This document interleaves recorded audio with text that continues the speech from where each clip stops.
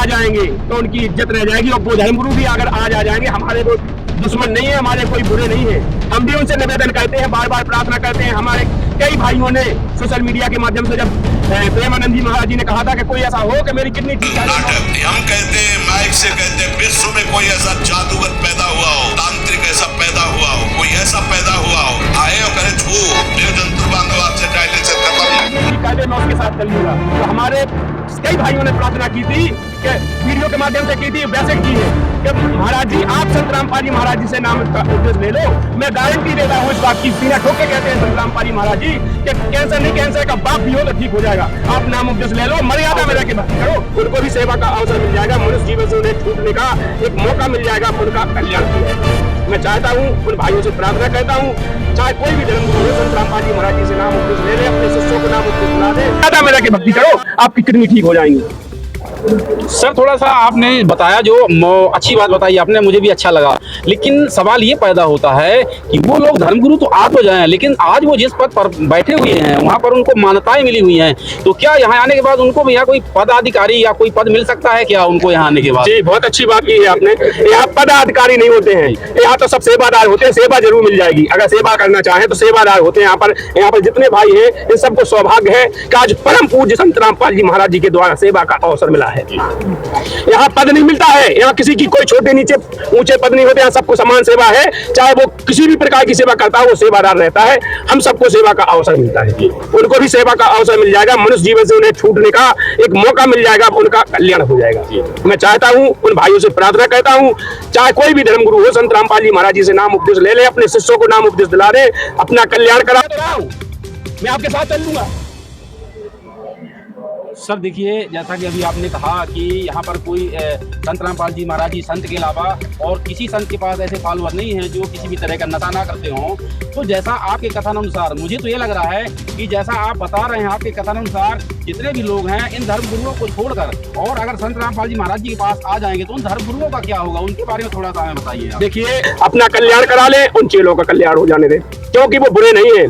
परमात्मा जी कहते हैं, निंदक मोरो ना मरे, ना मर जाए कबीर, उठत भोर निंदा करे निर्मल हो शरीर। और निंदक मोरो ना मरे, बसे ना हमसे दूर, और घेर गांव की गंदगी जैसे साफ करते हैं सूर। हम किसी की निंदा नहीं करना चाहते हैं, ना निंदा करते हैं, और निंदा करने वाला हमसे दूर ना बसे। परमात्मा तो कहते हैं हमारे साथ में रहे, क्योंकि उसकी निंदा करने से हमारे विकार दूर रहते हैं। तो यहाँ संत रामपाल जी महाराज जी के यहाँ पद तो नहीं मिलेगा, लेकिन सेवा जरूर मिल जाएगी और उनका कल्याण हो जाएगा। सर ठीक है, आपने कहा उनको यहाँ पर कोई पद नहीं मिलेगा, सेवा मिल जाएगी। सवाल ये उठता है कि आज जो है तो मतलब वो आज उनको देखिए, उनके अनुयायी हैं, उनको पैसा देते हैं और वो जो दान देते हैं तो उनका घर चल रहा है, वो अच्छी अच्छी गाड़ियों में घूमते हैं, अच्छे अच्छे बंगले बना के रखते हैं और उनको ऐसो आराम मिल रहा है। लेकिन अगर वो यहाँ आ जाएंगे, ठीक है, यहाँ पर चलिए ठीक है, अगर वो सेवा के भाव आ जाए, लेकिन सवाल उठता है कि उनकी गाड़ी बंगले, रोजी रोटी का सवाल पैदा हो जाएगा, फिर वो कैसे उनका वो पालन पोषण हो पाएगा, समस्या यहाँ पैदा हो। देखिए भाई, किसी की पराई संपत्ति ऐंठ करके धन ले लेना, पराई संपत्ति से अपना धन ले करके अपना परिवार का गुजारा करना, पाप की कमाई से अपने परिवार को चलाना क्या उचित है? बताइए आप। नहीं, यहाँ पर आपने, मैं भूल गया उस बात में, एक और मैं वहाँ जैसे एक रिफ्लेक्स देना चाहता हूँ। यहाँ पर जितने भी भाई हैं हमारे, यहाँ पर सब समान दृष्टि से सबको परमात्मा देखते हैं और सबको समान दृष्टि से रखते हैं। यहाँ पर कोई भी वीआईपी, आप कहीं भी चले जाइए, वीआईपी सीट नहीं मिलेगी किसी को। यहाँ पर सब एक साथ बैठ के भंडारा पाते हैं, एक साथ बैठ के सत्संग सुनते हैं, एक साथ बैठ करके सभी एक जगह सारे पंडाल में, एक तरफ भाई एक तरफ माई बहने विश्राम करते हैं। सबको समान एक गद्दा दिया जाता है, सबको एक समान रजाई दी जाती है सर्दियों में। यहाँ पर किसी की कोई अलग से व्यवस्था नहीं होती है, सबकी समान दृष्टि से। तो संत होता है, जो पूर्ण संत होता है, वो समान दृष्टि से देखता है, समदृष्टि होती है। तो यहाँ पर संत रामपाल जी महाराज जी क्या कोई ऊंच नीच भेदभाव नहीं है, छुआछूत जाति पाति भी नहीं है। यहाँ तो संत रामपाल जी महाराज जी ने पहली लाइन में लिख रखा है, जीव हमारी जाति है, मानव धर्म हमारा, हिंदू मुस्लिम सिख ईसाई धर्म नहीं कोई न्यारा। यहाँ पर हम सब भाई बराबर के हैं, यहाँ कोई छोटा बड़ा नहीं है। जब परमात्मा हमारा एक है तो हम सब भाई एक है, और हमारा पिता हमारा एक है, तो हम बच्चे अलग अलग कैसे हो सकते हैं? चलिए बंदी छोड़। सर हमारी भी जो है जैसा कि हमारी भी कुछ कथावाचकों से थोड़ा सा डिबेट हुई, बात हुई, चर्चा हुई और हमने प्रश्न किया इस बात का, जैसा कि अभी आप बोल रहे हैं। तो उनका सवाल ये था कि अगर मान लीजिए अगर हम ये अगर संत रामपाल जी महाराज जी का मिशन में अगर हम भाग लेते हैं और मिशन अपना लेते हैं, हमारे सामने रोजी रोटी कैसे चलेगी? हम बेरोजगार हो जाएंगे। दो शब्दों में बता देता हूँ। जितने ये भाई हैं क्या ये सब भूखन मर रहे हैं यहाँ आने के बाद? अरे जो परमात्मा असंख्यों ब्रह्मांड को चला रहा है तो क्या उस ब्रह्मांड से तुम अलग रह रहे हो? जब वो असंख्यों ब्रह्मांड चला के सबका धारण पोषण करता है, गीता जी में लिखा है कि तीनों लोकों में रहकर सबका धारण पोषण करता है, तो क्या वो तुम्हारा घर छूट जाएगा उसमें? तुम्हारा उन लोकों में नहीं है क्या? अरे तुम नेक नियत से अगर भक्ति करोगे तो परमात्मा हजारों ऐसे रास्ते खोल देगा, इससे अच्छे सुख मिलेंगे। परमात्मा सबका धारण पोषण करने वाला है। यहाँ चींटी से लेके हाथी तक सबका भंडारा कराता है भगवान। जब पूरे सबको खिला देता है जब भगवान सोता है, तो क्या तुम इस पृथ्वी से अलग हो जाओगे क्या? इन हजारों लाखों करोड़ों लोगों को क्या ये बेघर हो गए हैं क्या? क्या ये भूखे सोते हैं इनके बच्चे क्या? सारी व्यवस्था परमात्मा ने पूरे ब्रह्मांड जब चला रहा है, सारी व्यवस्था बना रखी है, तो सारी व्यवस्था उनकी भी परमात्मा कर देगा। नेक नियत की कमाई से उनके परिवार का, उनके बच्चों का, सबका कल्याण हो जाएगा। और अगर पाप की कमाई से वो तो नरक में जाएंगे, साथ में उन बच्चों को भी लेके जाएंगे, क्योंकि पाप की कमाई किसी की भी हो कभी भी फलती नहीं है। जब धन जुड़े अनीत का 10 बरस ठहराए, और जब 10 से 11 लगे सो जरा मूड से जाए, वो जलमूड से लेके चला जाएगा। तो परमात्मा की अनेकों ऐसी वाणियां हैं इसलिए है कि हम इस बुराई से दूर हट जाएं। परमात्मा ने अनेकों ऐसी वाणियां बोली हैं जो किसी भी आत्मा को चोट करे, वो आत्मा उसकी पिघल जाए, परमात्मा की तरफ झुक जाए और परमात्मा से जुड़ जाए। परमात्मा को केवल इतना सारा जो दिखावा करना, परमात्मा को वह कोई उद्देश्य नहीं है।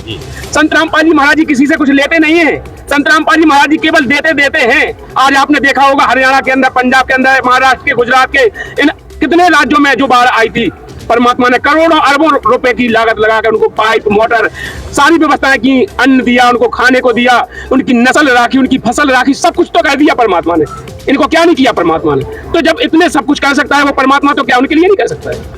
चलिए, खाने की समस्या तो आपने बता दी, चलिए ठीक है, उनके पास रोजी रोटी का साधन। और सवाल एक चीज और फंस रही है सर, सवाल ये फंसती है, कुछ धर्मगुरुओं से हमारी बात हुई, उन्होंने बताया कि कल मान लीजिए अगर हम पलटी मार गए और हम अकेले चले गए वहाँ, जो हमारे आज करोड़ों फॉलोवर हैं, ये हमको जिंदा खा जाएंगे। बोले हमको कहाँ ढकेल के आप कहाँ जा रहे हैं? ये समस्या उनके सामने और खड़ी है। देखिए, गुरु जो होता है ना, गुरु के वचन से शिष्य चलते हैं, ना कि शिष्य के वचन से गुरु चलता है।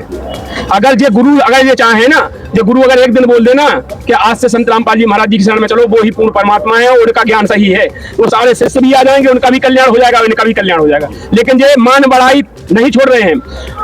जो परमात्मा ने कहा है ना कि राज तजना सहज है, सहज त्रिया का ने, और मान बढ़ाई ईर्षा दुर्लभ तजना ये इनकी मान बढ़ाई नहीं छूट रही है। इनको तो ये लग रहा है कि हमें यहाँ पर पद है, बढ़िया हमें मुड़ाचा बन रहा है, बढ़िया हमारे चरण सेवा हो रही है, वहाँ चले जाएंगे तो यहाँ सामान्य दृष्टि में जैसे सब भाई हैं, ऐसे हम खड़े रहेंगे, हमें कौन पूछेगा, हमारे कौन पाँव पड़ेगा? तो इनको केवल अपनी लोक लाज मर्यादा दिख रही है, ना कि इनको शिष्य नहीं दिख रहे। उन शिष्यों से तो अपना ये घर चला रहे हैं, वो सोच रहे हैं आराम हो रहा है, पिछली की ना पाई, जो होगा सो देखा जाएगा।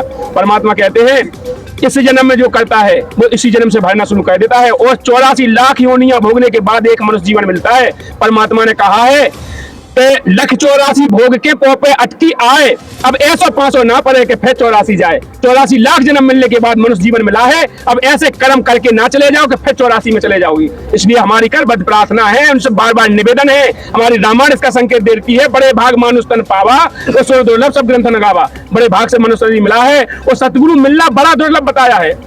सतगुरु मिलना बड़ा दुर्लभ बताया है। लखबा सूरा जूझ ही लखबा सावध दे, लाखों बड़ा सूरवीर रहे हो, लाखों बड़े सामत दे, और लखबर यति जहान में तब सतगुरु शरण न ले। सतगुरु मिलना भी बड़ा दुर्लभ है, और आज वो सौभाग्य इन सबको प्राप्त है, क्योंकि इस समय सबका जन्म है, मनुष्य जीवन है। अगर वो चाहे तो सतगुरु की शरण लेके अपने बच्चों का सबका कल्याण करा सकते हैं। मैं इसलिए बार बार उनसे यही निवेदन करना चाहता हूँ, संत रामपाल जी महाराज जी का ज्ञान किसी भी एंगल से गलत नहीं है, संत रामपाल जी महाराज जी के शिष्य किसी भी एंगल से गलत नहीं है। संत रामपाल जी महाराज जी जो भी बात कहते हैं तत्व के आधार से, शास्त्रों के आधार से करते हैं। वो जो संत रामपाल जी महाराज जी के शिष्य है, उसी आधार से संत रामपाल जी महाराज जी के शिष्य बात करते हैं। धन्यवाद आपका हमारे चैनल में।